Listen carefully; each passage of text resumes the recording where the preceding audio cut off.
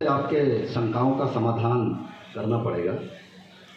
यहाँ पर उपस्थित मेरे आदरणीय मंडल सचिव कॉमरेड रोमेश मिश्रा जी, कर्मचारी बहनों और भाइयों, सभी प्रत्याशीगण, मंडल पदाधिकारी, मैं सबसे पहले आप सभी को सादर प्रणाम करता हूँ, नमन करता हूँ और आप सभी का आभार प्रकट करता हूँ कि इतनी बड़ी संख्या में आप यहाँ उपस्थित होकर जो है इस द्वार सभा को सफल बनाने का काम कर रहे हैं।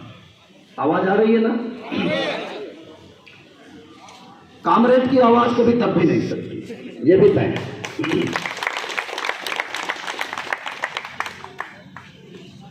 चुनाव पर तो मैं बाद में बात करूंगा, पहले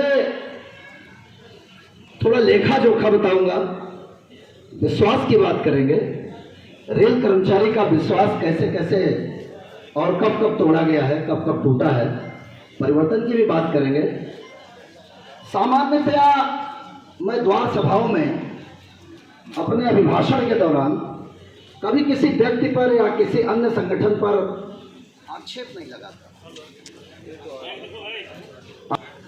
लेकिन जब चुनाव ही इस आधार पर लड़ा जा रहा हो कि झूठ बोलो, अफवाहें फैलाओ, अरे में कोई संस्था या कोई व्यक्ति आ जाए तो मुझे पहले ही माफ कर देना, मैं पहले से ही माफी चाहता हूं, क्योंकि आपके लोगों ने जो किया है उसका कहीं ना कहीं पाप का भागीदार तो होना पड़ेगा उन लोगों को भी जो उस टीम में शामिल है, जो लोग इस तरह का काम कर रहे हैं।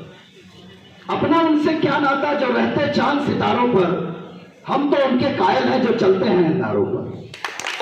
हम तो आपके कायल हैं जो अंगारों पर चलकर 24 अगस्त 1924 से 24 अप्रैल 1924 से 24 अप्रैल 2024 तक 100 साल का शताब्दी का सफर पूरा किया रेल कर्मचारियों के लिए लड़ते लड़ते।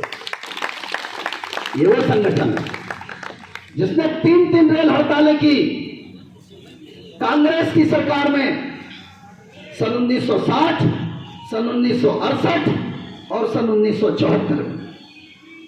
ये एकमात्र ऐसा संगठन है इस देश में जो किसी राजनीतिक पार्टी से नहीं जुड़ा है।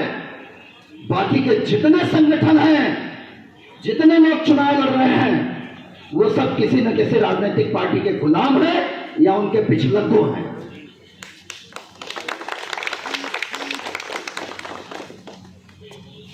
ये गांच आप लोग कांग्रेस पार्टी के पिछलग्गू हैं, उसी पार्टी के संगठन हैं।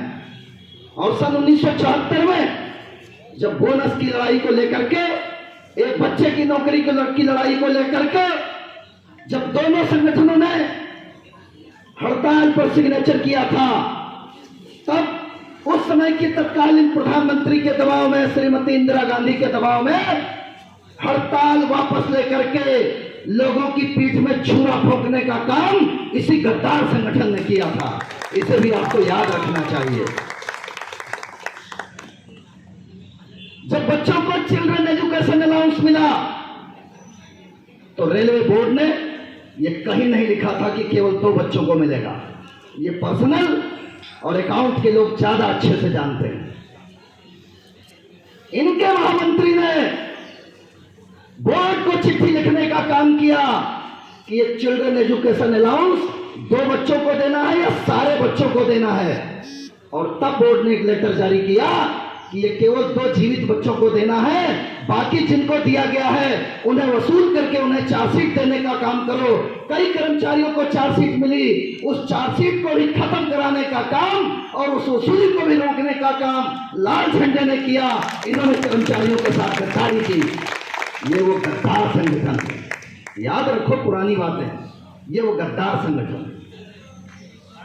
जब ये फैक्ट्रियां बिकने लगी पिछले कार्यकाल में सरकार के, तो इस देश के तमाम मजदूर संगठनों ने एक लेटर पे सिग्नेचर किया और ज्वाइंट रूप से राष्ट्रीय हड़ताल करने का फैसला किया।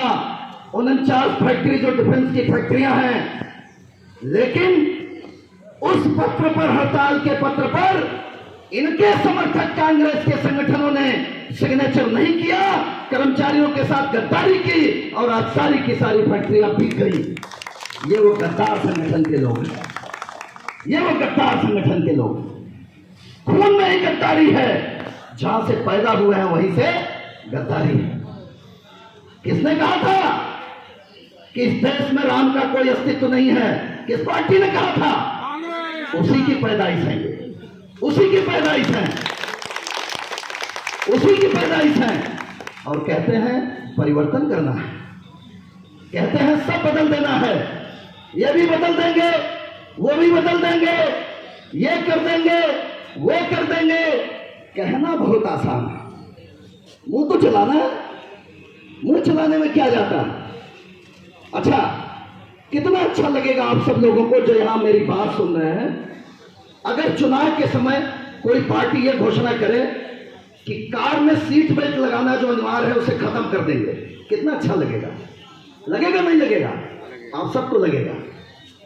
कार में सीट बेल्ट कोई नहीं लगाना चाहता, कोशिश यही करता है जब चौराहा आता है या पुलिस दिखती है तो जल्दी से, जबकि कार आवाज करती रहती है टू टू टू टू।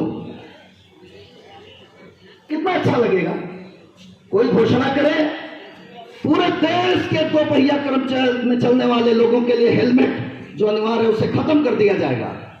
कितना अच्छा लगेगा? लगेगा नहीं लगेगा? लेकिन ये अनुशासन, ये प्रशासन का बनाया गया अनुशासन इसलिए जरूरी है कि उससे आपकी सेहत की सुरक्षा होती है, आपकी जान की सुरक्षा होती है।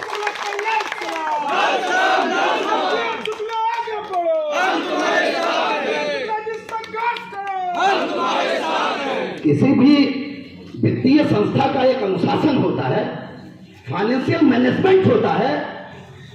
उसको चलाने के लिए 111 साल तक निरंतर प्रगति पथ पर बनाए रखने के लिए न केवल इस देश की बल्कि एशिया की नंबर 1 संस्था बनाने के लिए, 5% पे लोन दिलाने के लिए, 7% सेविंग अकाउंट पे ब्याज दिलाने के लिए कितने लोगों ने कितना दिमाग लगाया होगा, कितना अनुशासन बनाया होगा, तब आज ये एशिया की नंबर 1 भारत की 3 बार पुरस्कृत संस्था है। और उसमें कहते हैं कि बिना श्योरिटी के लोन दे देंगे, बिना श्योरिटी के।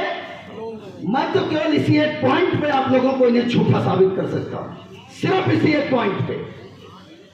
आगे और गद्दारी की बात सुनिए आप। मैंने वहां का हिस्सा बताया, कहां का? फैक्ट्री का। अभी आपके सामने है